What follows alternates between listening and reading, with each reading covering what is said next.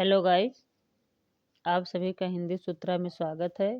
कैसे हैं आप लोग? उम्मीद है आप लोग स्वस्थ होंगे और अपने पढ़ाई में लगे हुए होंगे। तो हम लोग कर रहे हैं जीआईसी लेक्चरर और केवीएस, एनवीएस, टीजीटी, पीजीटी का हिंदी का प्रैक्टिस सेट, जो कि 6 प्रैक्टिस सेट हम लोग कर चुके हैं। आज करेंगे 7वां प्रैक्टिस सेट। एक प्रैक्टिस सेट में 50 प्रश्न रहते हैं, जो कि बहुत ही ऑथेंटिक रहते हैं। तो अगर आप लोग अभी तक हमारे चैनल को सब्सक्राइब नहीं किए हैं तो प्लीज़ हमारे चैनल को सब्सक्राइब कर लीजिएगा। बेल आइकन जो प्रेस करिएगा, ताकि जब भी मैं अगला वीडियो डालूँ तो नोटिफिकेशन से पहले आप लोगों के पास पहुँचे। तो ज़्यादा समय न लेते हुए अपने प्रश्नों की ओर चलते हैं। कालचक्र निबंध। कालचक्र निबंध किसका है? तो भारतेंदु हरिश्चंद्र का है। कालचक्र निबंध भारतेंदु हरिश्चंद्र का है। पहला ऑप्शन हमारा सही हो जाएगा। दांत में फंसी कुर्सी। दांत में फंसी कुर्सी व्यंग्यात्मक निबंध है। किस प्रकार का निबंध है ये? विधा इसका निबंध है। कैसा निबंध है? तो व्यंग्यात्मक निबंध है। किसने लिखा है? गोपाल चतुर्वेदी ने। पहला ऑप्शन सही हो जाएगा। दांत में फंसी कुर्सी व्यंग्यात्मक निबंध है। किसने लिखा है? गोपाल चतुर्वेदी ने। तो पहला ऑप्शन हमारा सही हो जाएगा। छठवां दशक। छठवां दशक का विधा पूछा है। विधा क्या है छठवां दशक का? तो आलोचना है। तीसरा ऑप्शन सही हो जाएगा। छठवां विधा क्या है? छठवां दशक का विधा क्या है? आलोचना है। अर्धनारीश्वर किसका उपन्यास है? तो विष्णु प्रभाकर का है। पहला ऑप्शन सही हो जाएगा। अर्धनारीश्वर विष्णु प्रभाकर का उपन्यास है। सागर लहरें और मनुष्य उपन्यास में किसके जीवन गाथा का वर्णन है? सागर लहरें और मनुष्य उपन्यास में किसके जीवन गाथा का वर्णन है? तो मछुआरा। ठीक, मछुआरों के जीवन का वर्णन किया गया है इसमें। तो पहला ऑप्शन हमारा सही हो जाएगा। गुल की बन्नो कहानी किसकी है? तो धर्मवीर भारती का है। तीसरा ऑप्शन सही हो जाएगा। धर्मवीर भारती। आधुनिक एकांकी के जनक माने जाते हैं। आधुनिक एकांकी के जनक कौन माने जाते हैं? राम कुमार वर्मा। पहला ऑप्शन सही हो जाएगा। आधुनिक एकांकी के जनक राम कुमार वर्मा है। 10 बजे रात एकांकी किसकी है? विष्णु प्रभाकर की। तीसरा ऑप्शन सही हो जाएगा। विधा क्या है इसका? एकांकी है। कौन लिखा है? विष्णु प्रभाकर। बिल्कुल ध्यान रखना है। प्रश्न किसी तरीके से घुमा घुमा के पूछता है। अपने कुकर्मों का नाटक। अपने कुकर्मों का सा नाटक का है। अपने कुकर्मों का, एक मिनट यहाँ कुछ मिस्टेक। अपने कुकर्मों का फल चखने में कड़वा, परंतु परिणाम में मधुर होता है। कथन किस नाटक का है? तो ये स्कंदगुप्त का है। ठीक, पहला ऑप्शन सही हो जाएगा। अपने कुकर्मों का फल चखने में कड़वा, परंतु परिणाम में मधुर होता है। कथन किस नाटक का है? तो स्कंदगुप्त का है।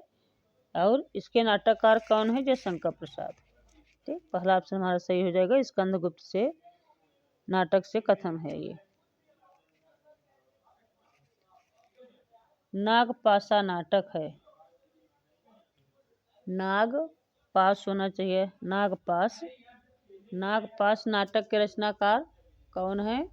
तो सुशील कुमार सिंह। पहला ऑप्शन सही हो जाएगा। नागपाश नाटक सुशील कुमार का है। पहला ऑप्शन सही हो जाएगा। आइए कुछ दूर साथ चले यात्रा वृतांत किसका है ये? तो आइए कुछ दूर साथ चले किसका यात्रा वृतांत है? शंकर दयाल सिंह का है। चौथा ऑप्शन सही हो जाएगा। शंकर दयाल सिंह का है। आगे देखते हैं। निराला का दार्शनिक आधार है। निराला का दार्शनिक आधार क्या है? तो अद्वैतवाद। दूसरा ऑप्शन सही हो जाएगा, अद्वैतवाद है। सहचर है समय आत्मा आत्मकथा कितने खंडों में है? सहचर है समय आत्मकथा कितने खंडों में है? तो 5 खंडों में है। पहला ऑप्शन हमारा सही हो जाएगा, 5 खंडों में। अग्निसेतु में किसकी जीवनी मिलती है? तो अग्निसेतु में नजरुल इस्लाम की जीवनी मिलती है। तीसरा ऑप्शन हमारा सही हो जाएगा, नजरुल इस्लाम। सत्ता छोड़ो डार्लिंग कहानी संग्रह किसका है? सत्ता छोड़ो डार्लिंग किसकी है? क्षमा शर्मा की है। तीसरा ऑप्शन हमारा सही हो जाएगा, क्षमा शर्मा। प्रथम साहित्य अकादमी पुरस्कार किसे दिया गया? तो माखनलाल चतुर्वेदी को दिया गया। दूसरा ऑप्शन सही हो जाएगा, प्रथम साहित्य अकादमी पुरस्कार माखनलाल चतुर्वेदी को मिला था। मृणाल शीला किस उपन्यास के पात्र हैं? मृणाल और शीला किस उपन्यास के पात्र हैं? तो त्यागपत्र। ठीक, चौथा ऑप्शन सही हो जाएगा, त्यागपत्र उपन्यास के पात्र हैं मृणाल और शीला।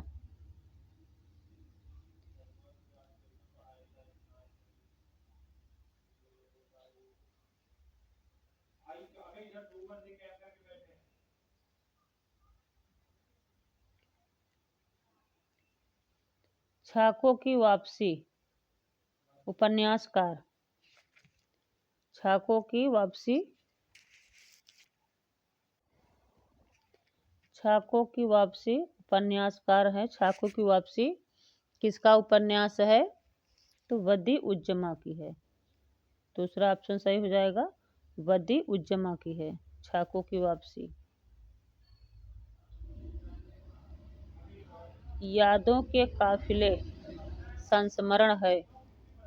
यादों के काफिले किसका संस्मरण है? देवेंद्र सत्यार्थी का। तीसरा ऑप्शन सही हो जाएगा, देवेंद्र सत्यार्थी। विधा क्या है? संस्मरण है। लिखा कौन है? देवेंद्र सत्यार्थी। जयशंकर प्रसाद का गद्य काव्य है, कौन सा है? आंसू भरी धरती। दूसरा ऑप्शन सही हो जाएगा, आंसू भरी धरती जयशंकर प्रसाद का गद्य काव्य है। रत्नाकर जी से बातचीत किस विधा की रचना है? विधा पूछ रहा है, रत्नाकर जी से बातचीत तो किस विधा की रचना है ये? इंटरव्यू। ठीक, तीसरा ऑप्शन सही हो जाएगा, इंटरव्यू विधा है। पिता के पत्र पुत्री के नाम, पिता के पत्र पुत्री के नाम पत्र साहित्य किसका है ये? मुंशी प्रेमचंद का। तीसरा ऑप्शन सही हो जाएगा, मुंशी प्रेमचंद का है। अकाल और उसके बाद काव्य है, तो किसका काव्य है ये? नागार्जुन का। दूसरा ऑप्शन सही हो जाएगा, अकाल और उसके बाद नागार्जुन का काव्य है। बहुत बहुत ज्यादा लिया दिया बहुत बहुत कम, मर गया देश अरे जीवित रह गए तुम। पंक्ति किसकी है ये? तो किसकी पंक्ति है? मुक्तिबोध की। दूसरा ऑप्शन सही हो जाएगा, मुक्तिबोध की पंक्ति है। साहित्य वाचस्पति काव्य विनोद उपाधि है, उपाधि होगा यहाँ पे, तो किसकी उपाधि है ये? लोचन प्रसाद पांडे की। ऑप्शन देखते हैं, लोचन प्रसाद पांडे की है। चौथा ऑप्शन सही हो जाएगा, लोचन प्रसाद पांडे। अज्ञेय कृत सांप लंबी कविता में सांप किसका प्रतीक है? अज्ञेय कृत सांप कैसी कविता है? तो लंबी कविता है। पूछा गया है कि सांप किसका प्रतीक है, तो सांप किसका प्रतीक माना गया था? ईर्ष्या का प्रतीक माना गया है। पहला ऑप्शन सही हो जाएगा, अज्ञेयकृत सांप एक लंबी कविता है जिसमें सांप ईर्ष्या का प्रतीक माना गया है। पहला ऑप्शन सही हो जाएगा। अग्निबीज उपन्यास है, अग्निबीज उपन्यास किसका है? तो मार्कंडेय का है। दूसरा ऑप्शन सही हो जाएगा, अग्निबीज उपन्यास मार्कंडेय का है। कालिदास की साहित्य योजना आलोचना किसका है? हजारी प्रसाद द्विवेदी का है। पहला ऑप्शन सही हो जाएगा, हजारी प्रसाद द्विवेदी जी का है। गुलाब जल गड़ेरिया कहानी किसका है? तो गुलाब जल गड़ेरिया कृष्णा अग्निहोत्री का है। पहला ऑप्शन सही हो जाएगा, कृष्णा अग्निहोत्री। यही सच है कहानी पर कौन सी फिल्म बनी? यही सच है कहानी पर कौन सी फिल्म बनी? रजनीगंधा। तीसरा ऑप्शन सही हो जाएगा, रजनीगंधा फिल्म बनी थी। कुरुक्षेत्र का प्रकाशन वर्ष क्या है? तो 1946 ईस्वी। पहला ऑप्शन हमारा सही हो जाएगा, कुरुक्षेत्र का प्रकाशन 1946 में हुआ था। ज्ञान प्रदायिनी पत्रिका के संपादक हैं? ज्ञान प्रदायिनी पत्रिका के संपादक कौन है? नवीन चंद्र राय। दूसरा ऑप्शन सही हो जाएगा, नवीन चंद्र राय हैं। इनमें ग्रामांचल के कथाकार कौन हैं? इनमें से ग्रामांचल के कथाकार कौन है? शिव प्रसाद सिंह। पहला ऑप्शन सही हो जाएगा, ग्रामांचल के कथाकार शिव प्रसाद सिंह हैं। आदमी कितना स्वार्थी होता है? आदमी कितना स्वार्थी हो जाता है? जिसके लिए मरो, जिसके लिए हो जाएगा, जिसके लिए मरो वही जान का दुश्मन हो जाता है। आदमी कितना स्वार्थी हो जाता है? जिसके लिए मरो वही जान का दुश्मन हो जाता है। यह कथन गोदान के किस पात्र का है? ध्यान देना है, पूछ लेगा यह कथन किस उपन्यास का है या किस रचना से है? तो गोदान से है। ठीक, अब यहाँ पूछ लिया गया है किस पात्र का है, यानी कि गोदान में कौन सा पात्र कहा था इसे? तो किस पात्र का है ये? होरी का है। ठीक, चौथा ऑप्शन सही हो जाएगा, होरी का पंक्ति है ये या कथन है। अभी होरी गोदान का पात्र है। ठीक, इसमें 3 प्रश्न बन रहे हैं हमारा। पहला हो गया, गोदान किसकी रचना है? तो मुंशी प्रेमचंद का उपन्यास है। गोदान का पात्र कौन सा है? होरी है। आदमी कितना स्वार्थी हो जाता है? जिसके लिए मरो वही जान का दुश्मन हो जाता है। किसने कहा है? तो होरी ने कहा है। या किस उपन्यास का कथन है ये? तो गोदान उपन्यास का कथन है। किसी भी तरीके से घुमा फिरा के पूछ सकता है, तो बिल्कुल कंठस्थ कर लेना है, इसमें गलती नहीं करनी है। विजय देव नारायण शाही किस शतक के कवि हैं?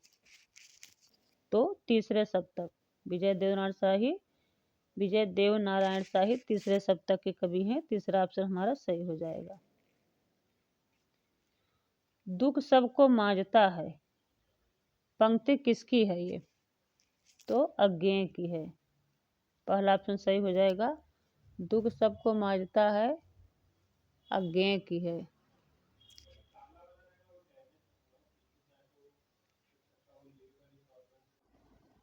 तो दुख सबको मांझता है किसकी पंक्ति है? अज्ञेय का है। पहला ऑप्शन हमारा सही हो जाएगा।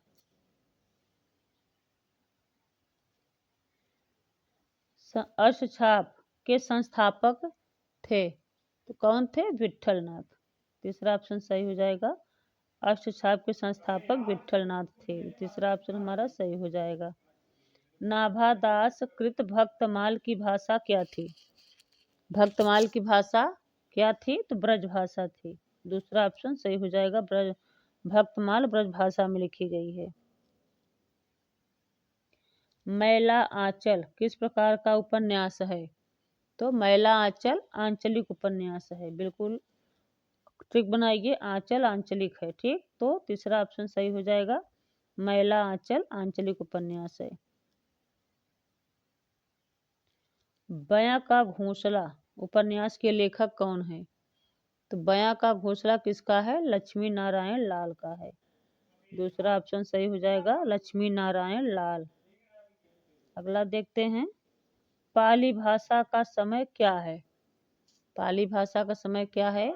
500 ईसा पूर्व से 1 ईस्वी तक। ठीक, 500 ईसा पूर्व से 1 ईस्वी तक। पहला ऑप्शन हमारा सही हो जाएगा। इसमें देखिए भ्रमित नहीं होना है कि दूसरा नहीं लगाना है हमें। 500 ईसा पूर्व से 1 ईस्वी नहीं लगाना है, हमें क्या लगाना है? ये ऑप्शन हमें नहीं लगाना है, हमें लगाना है पहला 500 ईसा पूर्व से 1 ईस्वी तक। पहला ऑप्शन सही हो जाएगा। पश्चिमी हिंदी की बोली नहीं है। पश्चिमी हिंदी की बोली कौन सी नहीं है? मालवी नहीं है। ठीक, चौथा ऑप्शन सही हो जाएगा। बाकी ब्रज भाषा, बुंदेली, कन्नौजी ये तीनों पश्चिमी हिंदी की बोली के अंतर्गत आते हैं, जबकि मालवी पश्चिमी हिंदी की बोली में नहीं आती है। तो चौथा ऑप्शन सही हो जाएगा हमारा। हिंदी का पाणिनि किसे कहा जाता है? हिंदी का पाणिनि किसे कहा जाता है? तो किशोरी दास वाजपेयी को कहा जाता है। तीसरा ऑप्शन सही हो जाएगा। हिंदी का पाणिनि किशोरी दास वाजपेयी को कहा गया है। देवनागरी लिपि का प्रयोग किसमें नहीं हुआ या नहीं होता है? तो देवनागरी लिपि का प्रयोग पंजाबी में नहीं होता है। चौथा ऑप्शन सही हो जाएगा। बाकी मराठी, नेपाली, हिंदी इन तीनों में देवनागरी लिपि का प्रयोग किया जाता है। संघ की राजभाषा किसमें है? तो संघ की राजभाषा 343 में है। ऑप्शन ए हमारा सही हो जाएगा 343। अंतस्थ व्यंजन नहीं है, तो अंतस्थ व्यंजन कौन सा नहीं है? ह। चौथा ऑप्शन सही हो जाएगा। ह अंतस्थ व्यंजन नहीं है। बाकी र, य, र और ल तीनों अंतस्थ व्यंजन है। य, र, ल अंतस्थ व्यंजन है। ह अंतस्थ व्यंजन नहीं है। तो चौथा ऑप्शन हमारा सही हो जाएगा। अ आ का उच्चारण स्थान क्या है? तो कंठ है। ठीक, पहला ऑप्शन सही हो जाएगा। आ का उच्चारण स्थान कंठ से होता है। उच्चारण के स्थान पर व्यंजनों का वर्गीकरण। उच्चारण के स्थान पर व्यंजनों का वर्गीकरण कितना है? तो 8 होता है। दूसरा ऑप्शन सही हो जाएगा 8।